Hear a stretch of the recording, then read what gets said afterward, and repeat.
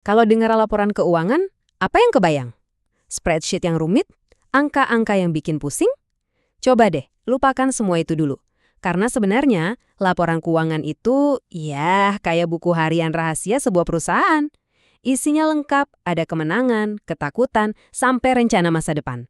Kuncinya, cuma perlu tahu cara baca yang tersirat di antara angka-angka itu. Nah, di sini kita bakal tunjukin caranya.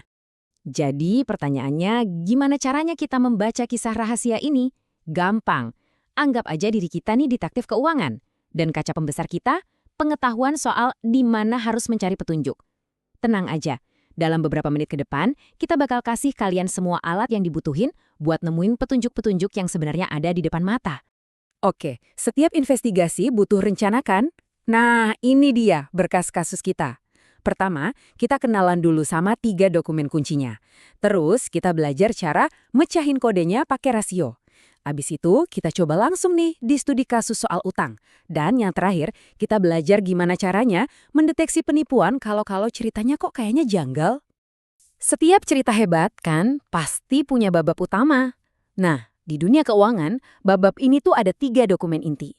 Paham 3 ini aja udah jadi langkah pertama yang krusial banget buat jadi detektif keuangan. Yang pertama, laporan laba rugi. Coba deh bayangin ini kayak video kinerja perusahaan. Kenapa video? Soalnya ini nunjukin cerita utuh selama periode waktu tertentu, misalnya 1 kuartal atau setahun. Intinya, laporan ini ngejawab satu pertanyaan simpel. Setelah semua biaya dibayar, perusahaan ini untung atau rugi? Oke, selanjutnya ada neraca. Nah, kalau tadi laporan laba rugi itu video, neraca ini lebih kayak foto. Kenapa? Karena dia membekukan satu momen aja, cuma jepretan di satu waktu. Foto ini nunjukin 2 hal, apa aja yang dimiliki perusahaan alias asetnya, dan siapa yang bayarin itu semua, apakah dari pinjaman, kewajiban, atau dari modal pemilik, ekuitas.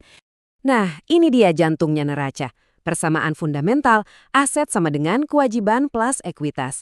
Ini udah kayak hukum alam di dunia akuntansi, nggak bisa diganggu-gugat. Sisi kiri dan kanan itu harus dan wajib selalu seimbang. Titik. Ini semacam logic check buat mastiin ceritanya nyambung dan konsisten. Dan yang terakhir, tapi mungkin ini yang paling jujur, adalah laporan arus kas. Kenapa paling jujur? Gini, laba itu kan bisa dipercantik dengan trik-trik akuntansi. Tapi uang tunai di bank, wah, itu nggak bisa bohong. Laporan ini benar-benar ngelacak jejak uang real. Jadi, kita bisa tahu perusahaan ini beneran ngasilin duit atau cuma kelihatannya bagus di atas kertas aja.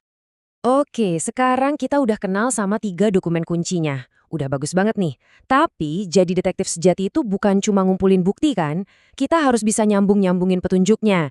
Nah, disinilah kita mulai beneran mecahin kodenya. Jadi, ini rahasianya ya. Ngelihat angka penjualan atau laba sendirian itu nggak ada artinya. Beneran, kekuatan analisis yang sesungguhnya itu baru muncul waktu kita ngehubungin titik-titiknya, ngebandingin satu angka sama angka lainnya. Hubungan inilah yang kita sebut rasio, dan inilah yang mengubah data mentah jadi insight yang dalam banget. Bayangin aja, rasio-rasio ini kayak alat-alat di dalam tas detektif. Ada macam-macam. Ada alat buat ngukur likuiditas. Ini buat ngecek perusahaan punya duit nggak buat bayar tagihan bulan depan. Terus ada alat buat profitabilitas. Seberapa jago mereka ngubah penjualan jadi untung. Ada juga buat solvabilitas. Ini buat lihat resiko jangka panjang. Kira-kira bakal bangkrut nggak ya? Dan terakhir, alat efisiensi. Seberapa pintar mereka pakai aset buat ngasilin pendapatan. Oke, biar nggak cuma teori aja, gimana kalau kita langsung praktek? Kita ambil salah satu rasio yang paling sering dipakai ini sebagai studi kasus. Kita bakal lihat gimana satu angka sederhana aja bisa ngebongkar strategi dan risiko sebuah perusahaan.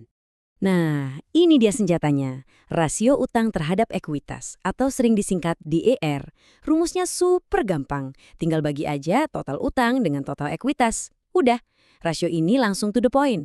Ngejawab pertanyaan mendasar. Perusahaan ini lebih banyak disuntik dana sama siapa sih? Sama yang minjemin duit atau sama pemiliknya sendiri? Nah, coba lihat perbandingan ini. Jelas banget kan? Di kiri ada perusahaan A. DIR-nya rendah. Artinya, modalnya lebih banyak dari pemilik. Mereka ini main aman, stabil, tapi ya mungkin tumbuhnya lebih pelan. Terus di kanan ada perusahaan B. DIR-nya tinggi. Mereka pakai utang kayak bahan bakar roket buat tumbuh cepat. Jauh lebih berisiko, tapi kalau berhasil, hasilnya bisa gede banget. Poin pentingnya, nggak ada yang benar atau salah di sini loh.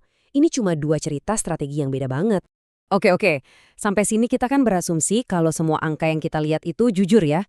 Tapi detektif yang hebat itu harus selalu curiga kan? Nah, sekarang kita naik level. Kita masuk ke bagian yang lebih gelap. Ini dia pertanyaan paling penting buat seorang detektif keuangan. Angka-angka yang kelihatannya rapi, udah diaudit, kelihatan resmi, apa itu semua bisa bohong? Jawabannya, sayangnya bisa banget. Manipulasi keuangan itu nyata. Tapi, tenang, ada kabar baiknya. Di mana ada penjahat, di situ ada detektif. Dan para ahli udah nyiptain alat-alat canggih buat ngendus kalau ada yang nggak beres. Perkenalan, Benesia M-Score. Anggap aja ini semacam alat pendeteksi kebohongan khusus buat laporan keuangan. Ini tuh model matematika yang cerdas banget. Dia ngelihat 8 rasio berbeda sekaligus buat ngeluarin satu skor. Skor apa? Skor probabilitas seberapa mungkin sebuah perusahaan itu lagi mainin angka laba mereka. Jadi model ini tuh nyari red flags atau tanda-tanda bahaya. Contohnya gimana? Misalnya piutang usaha, itu loh uang yang harusnya dibayar pelanggan kok naiknya lebih cepat banget dibanding penjualannya? Jangan-jangan mereka nyatet penjualan fiktif. Atau margin laba mereka kok tiba-tiba anjlok. Nah, ini bisa jadi motivasi buat manajemen buat memoles angka biar kelihatan bagus. Tiap rasio ini tuh kayak potongan puzzle. M-Score bantu kita ngeliat. Jangan-jangan potongan-potongan ini kalau digabungin jadi gambar penipuan. Jadi intinya apa? Intinya ini, laporan keuangan itu bukan cuma deretan angka yang bikin pusing. Itu adalah sebuah cerita, sebuah narasi.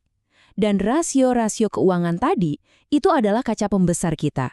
Alat yang bikin kita bisa baca tulisan kecil yang tersembunyi di antara angka-angka itu. Nah, sekarang tantangannya buat kalian. Lain kali kalian lihat laporan keuangan, jangan cuma lihat angka laba di halaman paling depan terus udah. Coba deh keluarin kaca pembesar detektif kalian dan tanya sama diri sendiri. Dengan semua alat yang kita pelajari hari ini, kisah apa sih yang sebenarnya lagi mereka coba sampaikan?